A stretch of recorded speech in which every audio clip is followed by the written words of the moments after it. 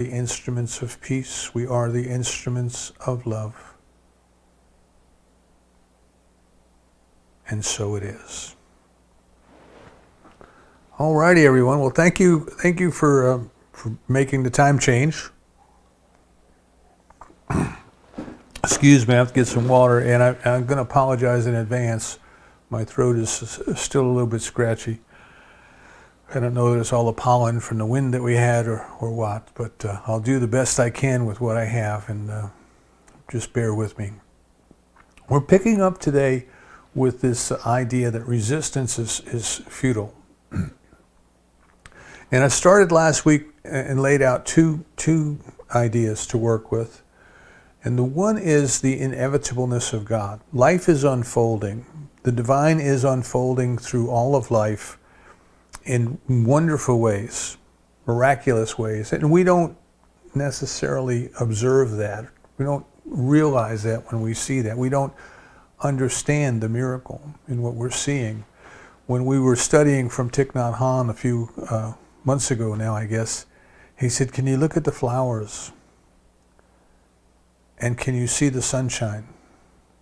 Can you see the rain? Can you see the soil?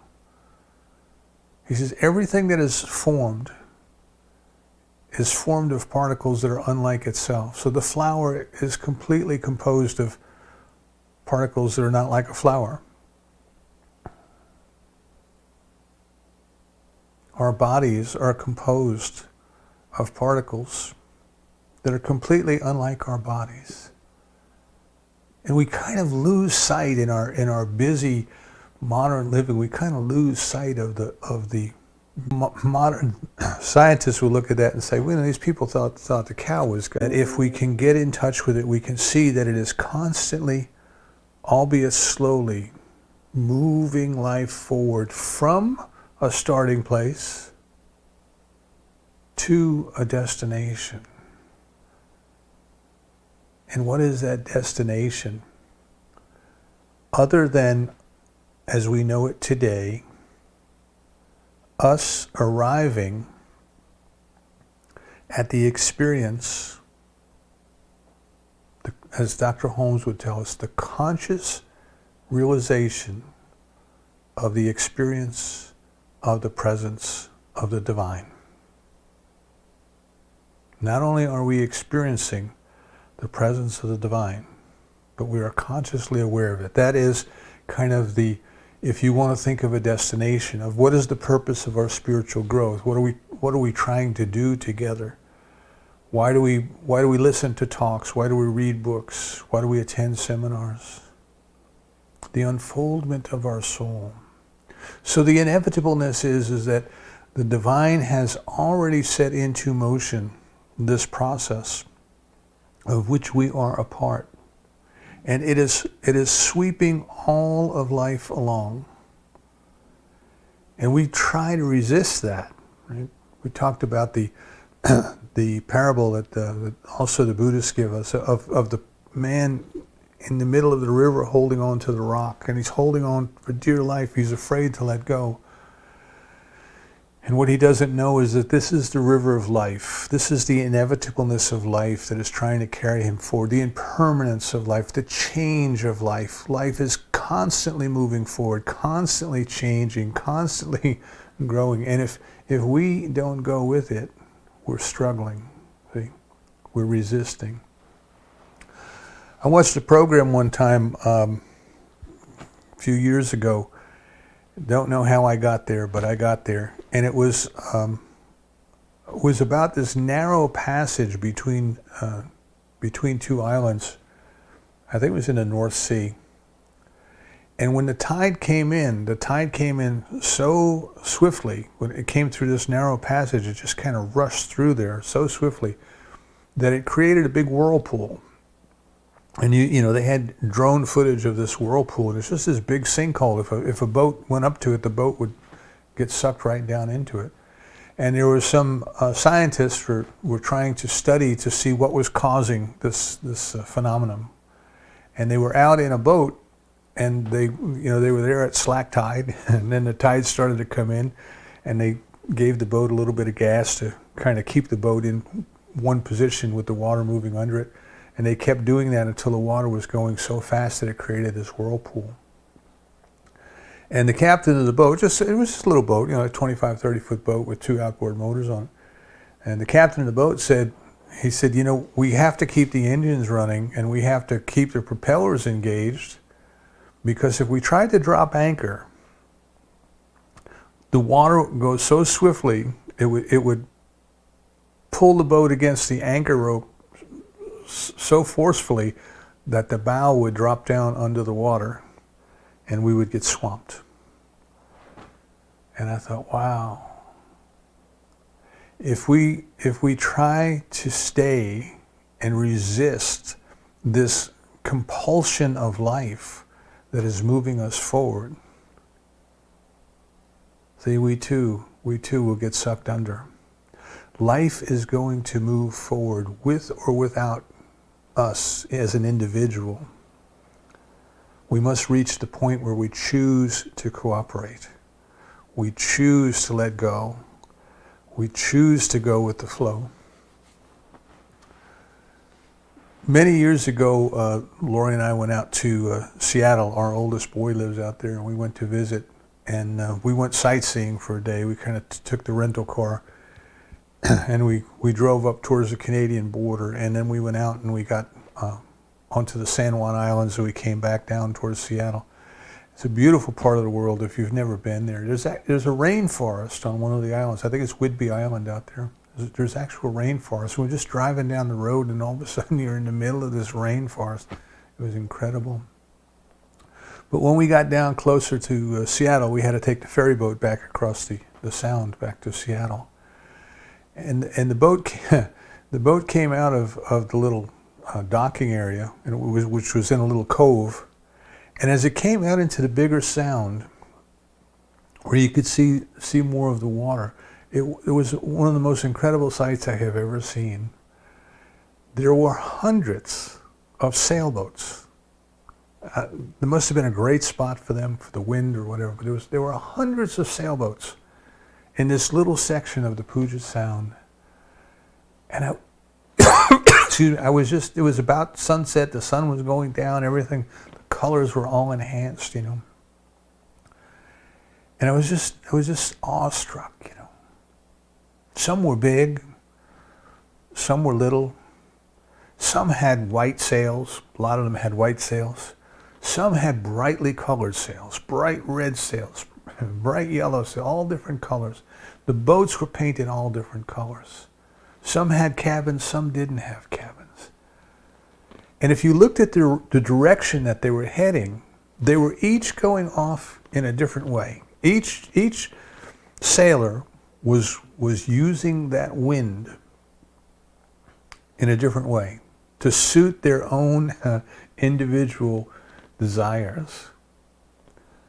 Now you can sail crosswind. You've seen the boats sailing crosswind where they're keeled over way on their side. And sometimes they're so far over that the people are leaning out the other side of the boat. The small boats. Some were were going as close as they could, sailing almost straight into the wind. The sailboat can go like maybe within 15 degrees of the wind. A good sailboat. And they've got the sails pulled in tightly, and they're just really working hard, just working hard to make any progress at all, because the wind is trying to blow them back and the sails to push them forward. And then others were just turned in the opposite direction, and they were coming straight with the wind, straight down the wind. And if you've ever seen a sailboat coming downwind like that, there's a technique that the sailors use called sailing wing on wing, where the mainsail goes out one side and the jib goes out the other. So if you're looking straight at the boat, you can see the sails coming out either side of the boat. And these sailors, they were just going with the flow. You see, they were just going with the flow. And what I thought of when I looked at that was the flow of life. The flow of life. Life is trying to move us forward. Life is trying to push us forward into a greater discovery of what it is as us, because the only place we have to discover it is inside us. Everything we discover is inside us. Even things that we perceive with our senses, we process that inside us.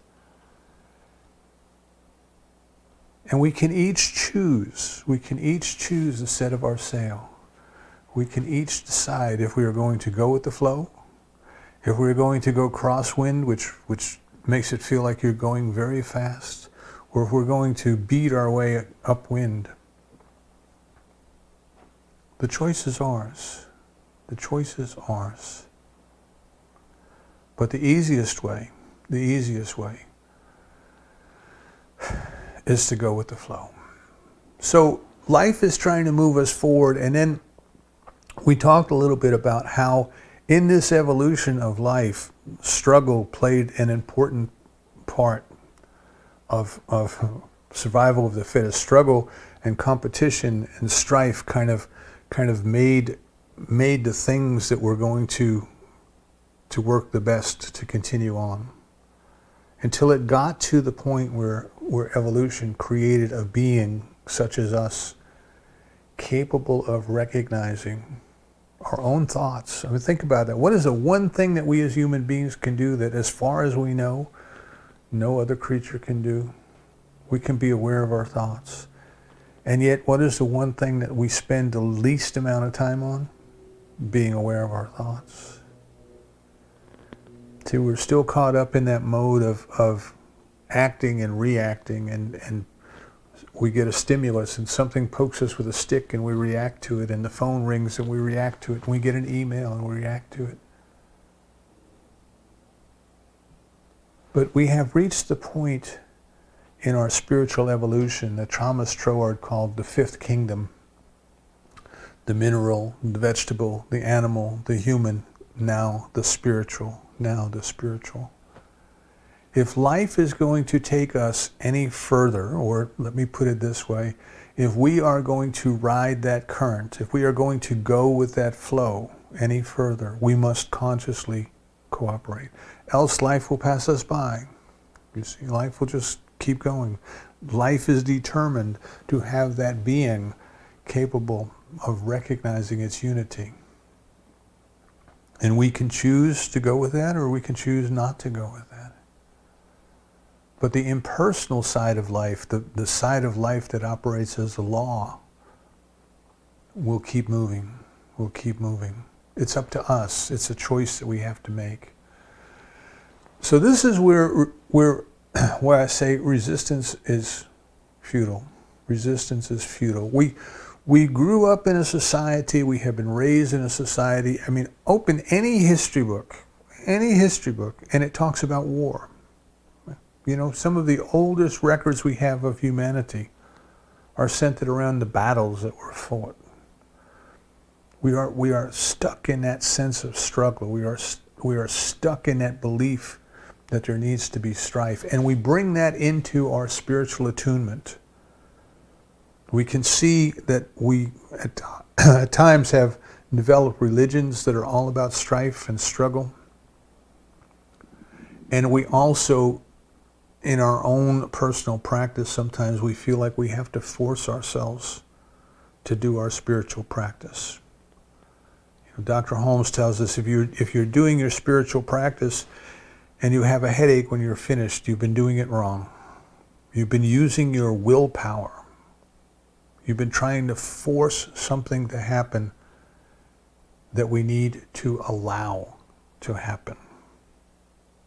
We need to set our sails wing on wing. We need to get ourselves aligned with the way that life is unfolding. And we need to go with it. We need to go with that flow. So in our human endeavors, when we want to do something, sometimes we think we have to use our willpower and our determination, and we have to make it happen. You know, if it's going to be, it's up to me. You know, that used to be my slogan going to work. If it's going to be, it's up to me. I'm here. I have to make this happen today. This is my job. I've got to do this. And there is a time and a place where that produced results and got things done. But we want to take a slightly different approach when we get into our spiritual growth. We want to understand the proper use of willpower. See, the common idea when we talk about willpower is somehow we're forcing it by our determination. We are forcing it to happen. We are making it to happen, just by sheer will, just by determination, just by toughing it out. We are making it happen. And if we try to take that into our spiritual growth, we're struggling. We're struggling. Because the more you fight against something, the more that you fight to make something happen, the more that you are struggling. You are not easing into it. You are not relaxing into the flow of life. From the East, again, we get the parable of the person who's looking for a gem they dropped in a pond. And they put their hand in the pond, and they're thrashing their hand all about looking for the gem, and all they're doing is they're stirring up mud, and they're making ripples on the surface reflecting the sunlight so they can't see through. They must relax. They must release. Excuse me for more water here.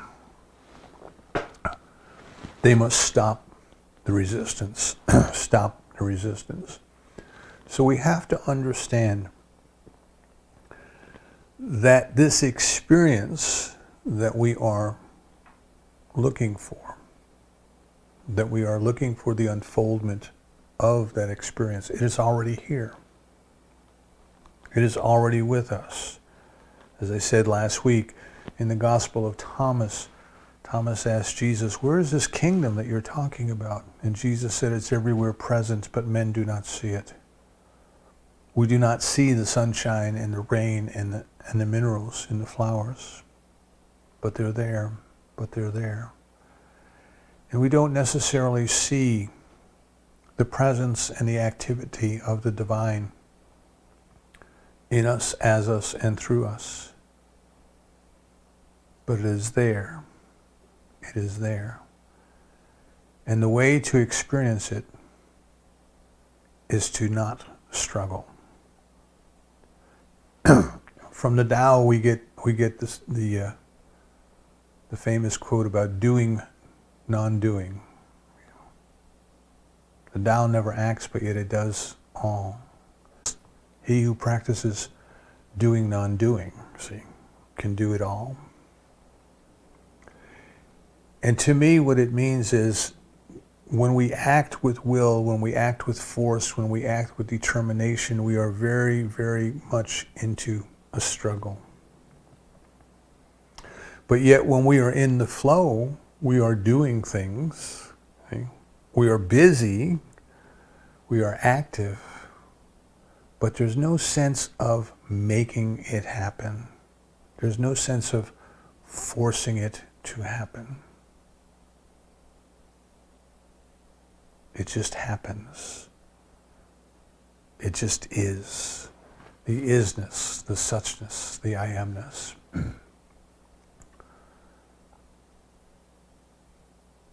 So there's many ways that we can make things difficult.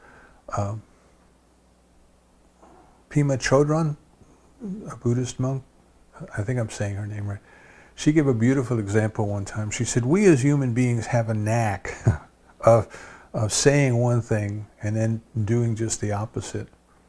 And the example she gave was that she had signed a contract with her publisher to write a book on peace. And she kept delaying, she kept procrastinating starting to write this book until it was getting down to the wire. And she had to sit down and she had to start writing this book. And at the time she had children in the house. She was raising children. And she was trying to take care of the children, and she was trying to write this book on peace, and she wasn't getting it done because she had too much to do in the day. So what she decided to do was to get up in the middle of the night and start writing this book. And she was trying to get up in the middle of the night to write the book, and something would happen and she would be distracted from the book. And finally she realized that she was a mess. She was trying to write a book about peace, and she had turned it into a struggle. She had turned it into a struggle. So we tend to do that. We tend to, as human beings, we tend to make things a lot more difficult when they need to be. So here's how we want to consider using willpower in our spiritual growth. Not to force anything to happen. Not to make it difficult for ourselves. Not to force ourselves to repeat something, 100 times a day or those kind of things. But we use our willpower to decide what we want to have happen. What we want to have happen. So, if we start with the premise that the divine life is already within us, it has created us out of itself, it has been moving us along. Without our conscious cooperation, it has been moving us along, and now we are at the point where it can take us no further unless we cooperate. If we understand that that's already there, that that's already unfolded this far, and if we understand that part of that divine activity is the fact that it responds to us according to our belief. It is done unto you according to your belief. As you think and believe in your heart, so it is. Pray believing in your heart that it shall be, and it shall be. And Buddhism tells us everything we have experienced is a result of what we have thought. So here's what we have to kind of ask ourselves, do we believe? Do I really believe? You know that as a human being, you know that there is a level of consciousness of which you are aware. Your waking consciousness. You're awake, you know that you're awake, you're listening to the talk, you're watching TV, you're going to a ball game, whatever, but you're aware of it. But you also know that there is a level of consciousness that is intelligent, that knows what to do, and is doing it without your conscious cooperation. Your heart is beating, your lungs are exchanging gases with the atmosphere, your digestive system is processing the breakfast that you ate this morning.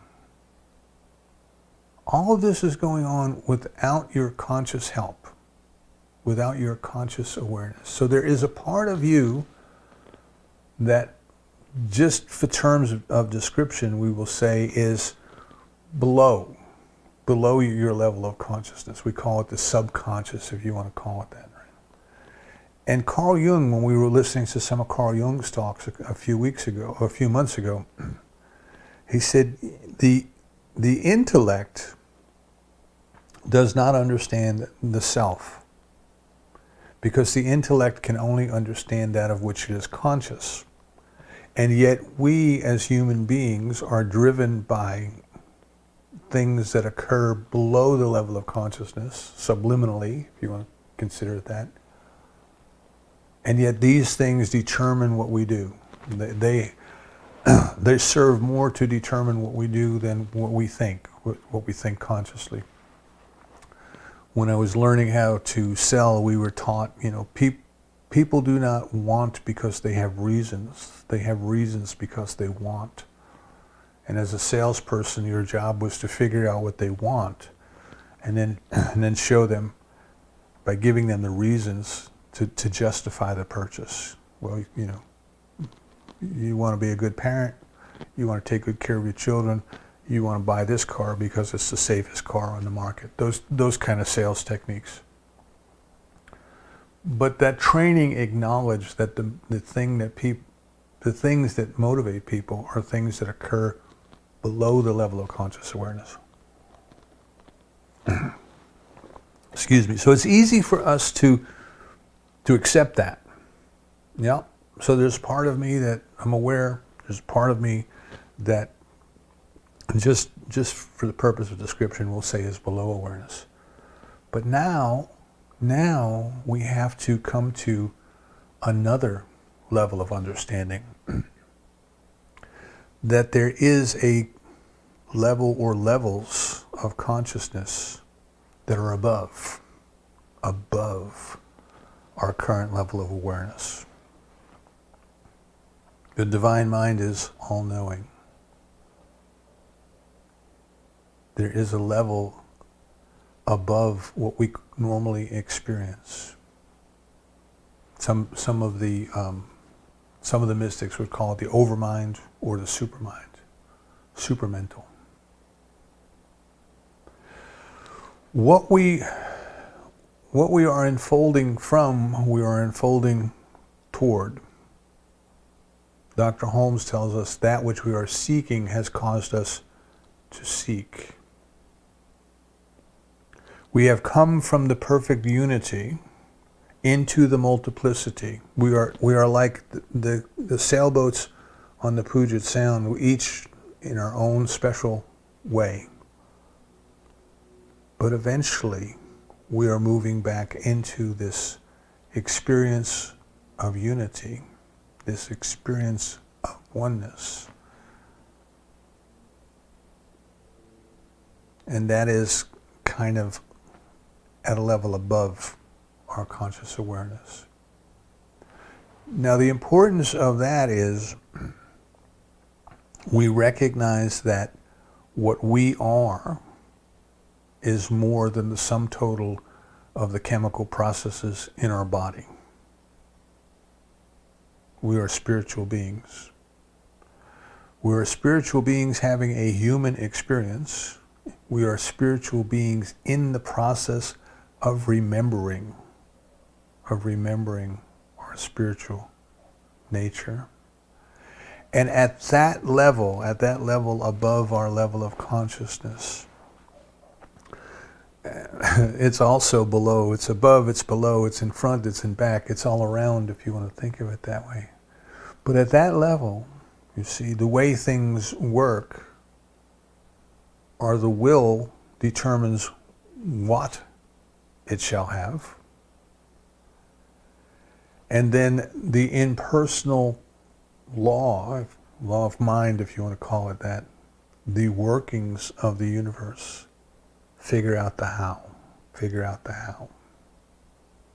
In the beginning, God said, "Let there be," and there was, you see. And something happened in between the command, the involution, and the evolution.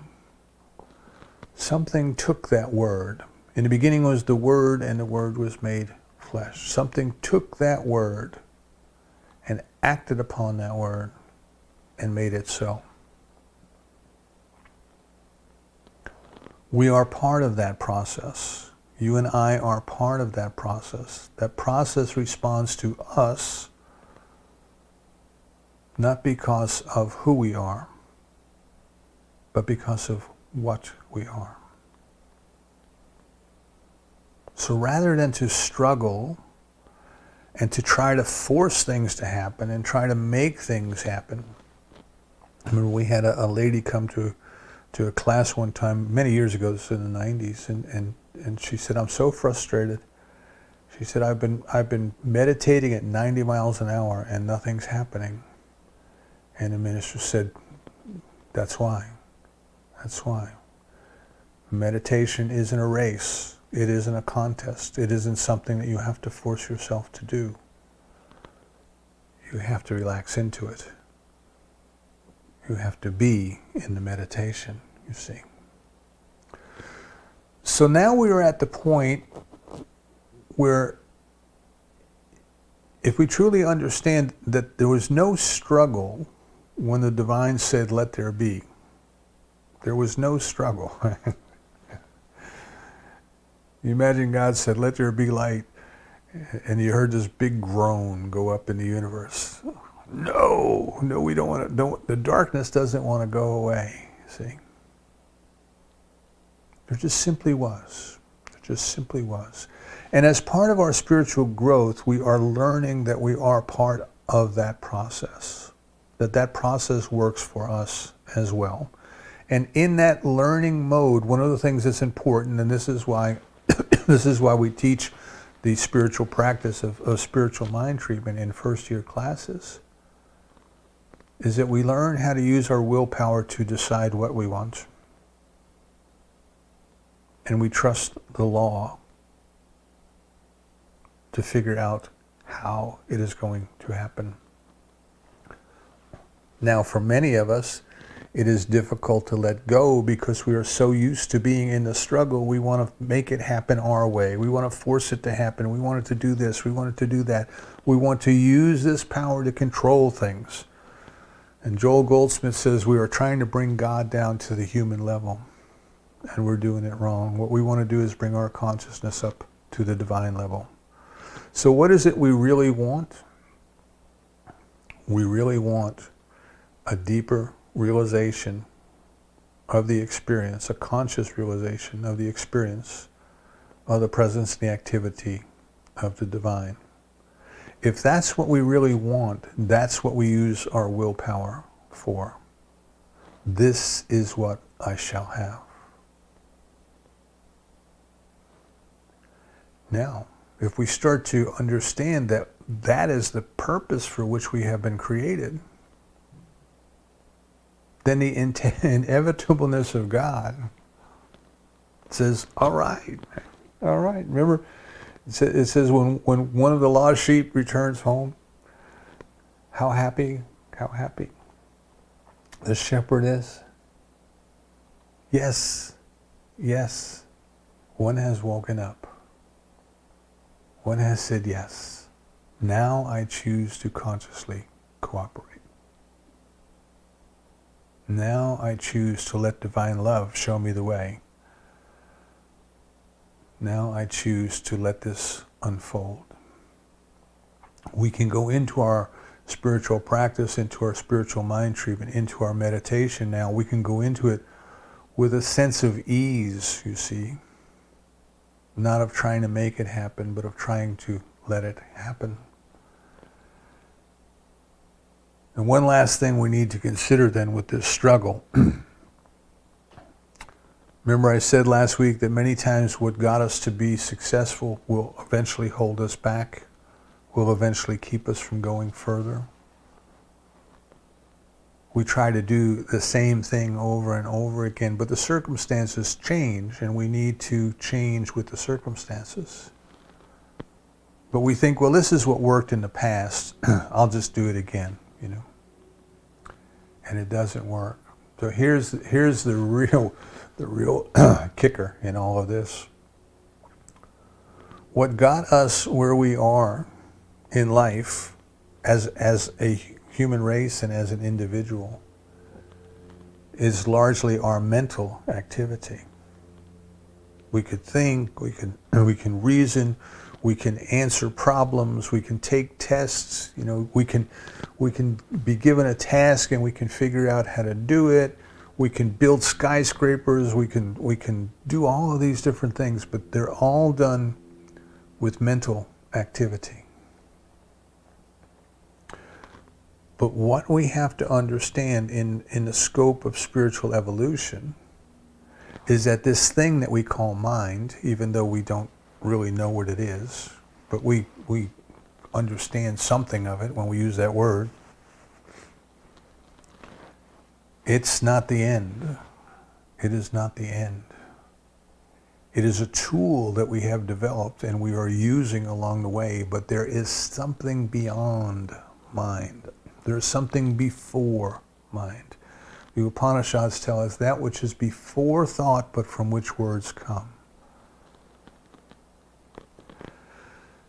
There is a point where thinking and mental activity impedes our progress. It gets in the way. You've heard me use the analogy of the fan blade spinning around and around and around. You can't poke an object through that fan blade. It'll get jammed. And we have all of these thoughts in our monkey mind, the grasshopper mind. We have all of these things jumping around everywhere.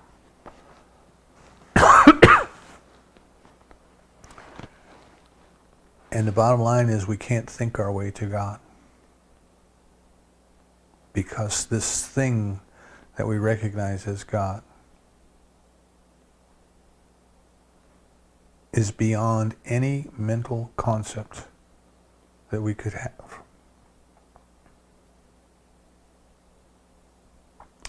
It is something that we must experience. But I can't give you a formula and say E equals mc squared and that's God.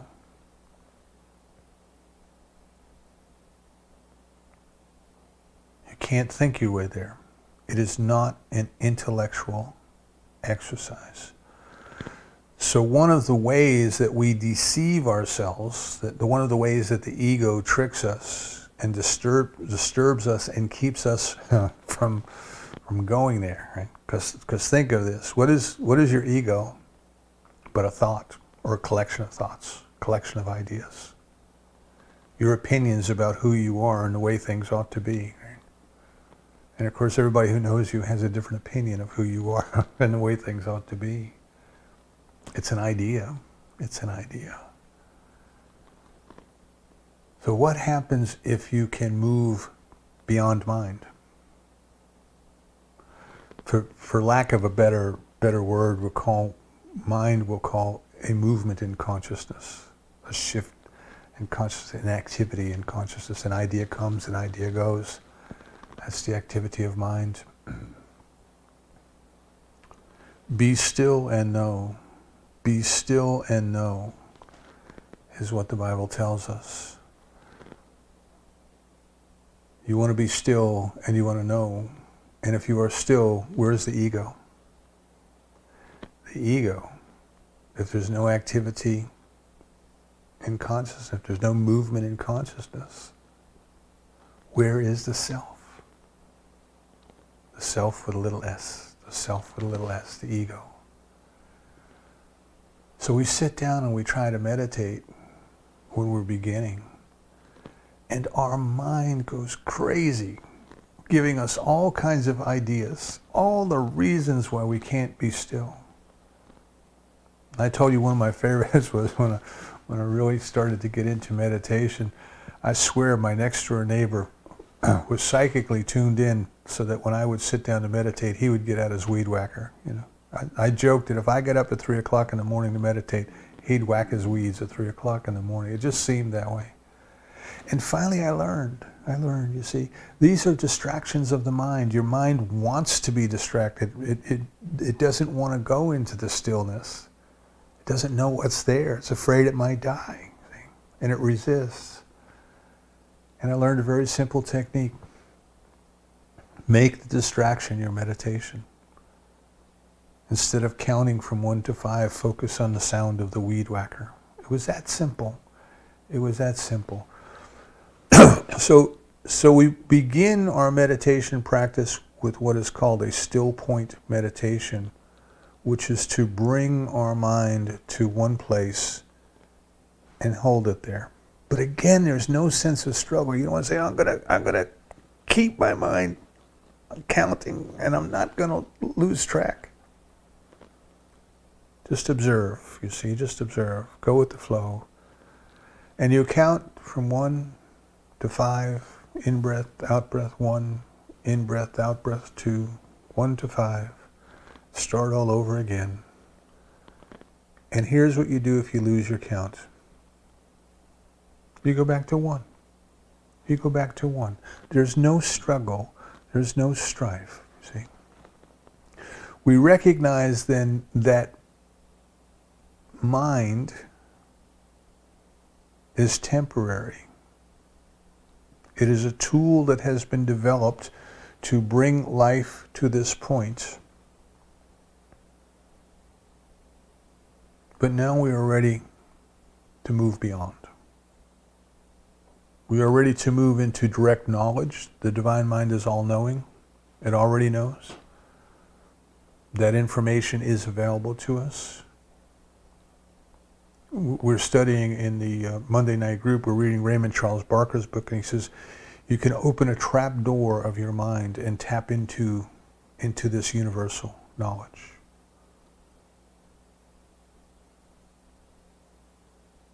We just want to work with that. See, I'm not saying you have to achieve this overnight or you have to struggle to achieve it, but just be aware of the fact that there is so much more to what we are than what we have experienced and realized up to this point.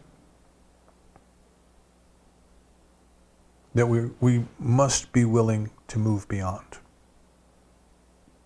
So we use our willpower in our spiritual practice, something to the effect of, today I accept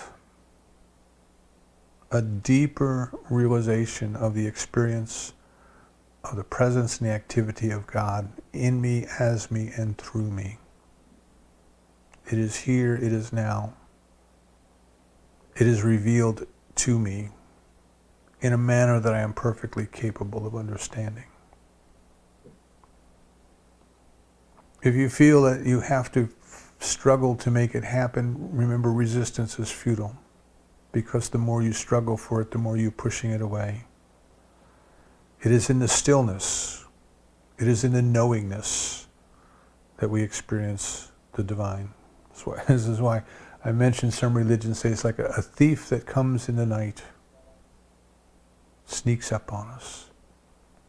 We have to prepare ourselves. We have to do our practice. We have to invite it.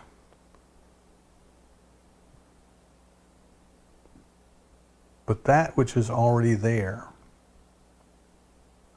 will eventually reveal itself to us. So let's go into this week then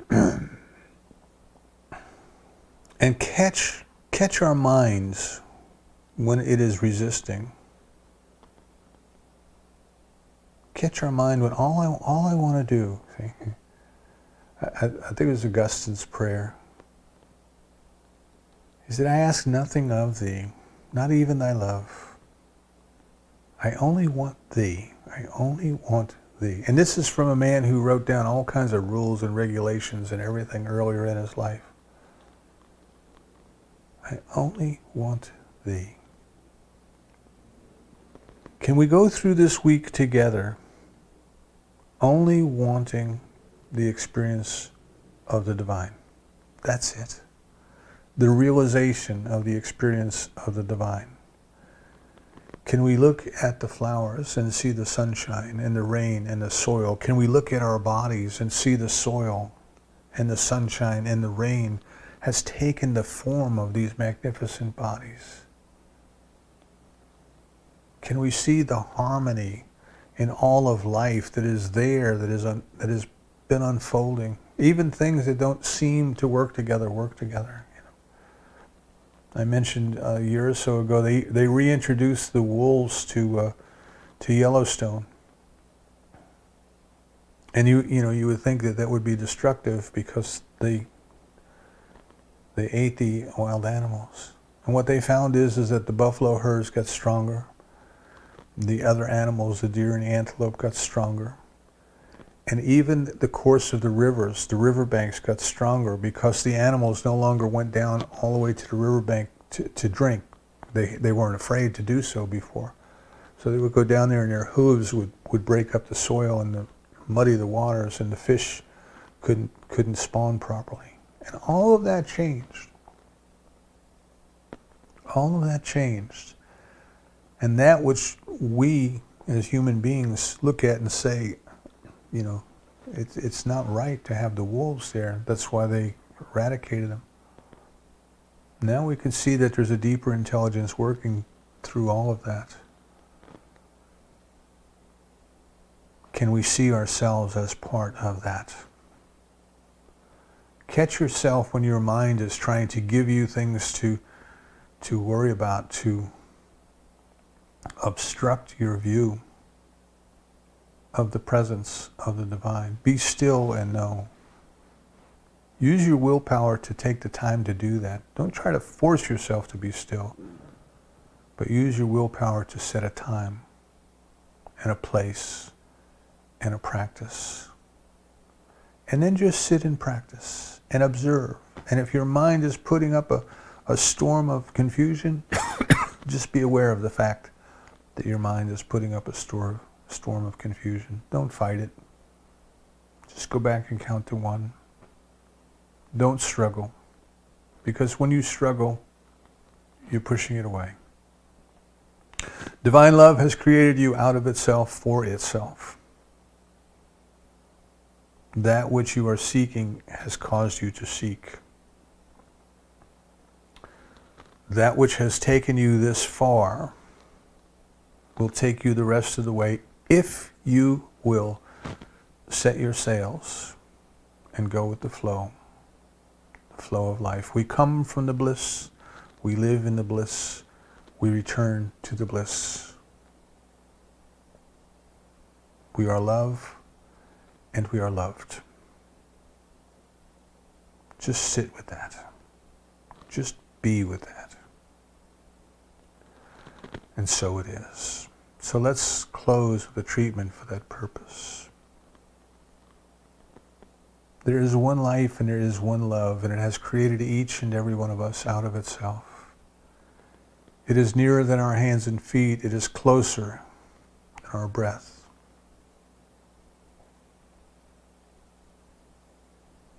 It is the teacher who prepared the baby to know how to nurse the moment it's born. It is the intelligence that prepared the milk in the mother's breast. It knows what we need before we ask. It cares for us as it cares for itself. It has always been with us, waiting in quiet repose for us to stand up and say, today's the day. Now is the time. I release all sense of struggle, of strife, of effort, and I accept. I accept God's love as easily as an infant accepts its food. I release and let go of all belief and ideas of the necessity of struggle. When my ego rears its ugly head, I tell it to get thee behind me, Satan, the divider. I choose to sit in love. I choose to be in love. I choose to let divine love flow through me and change whatever needs to be changed within me, without effort, without struggle, just with love. I am grateful to know there's a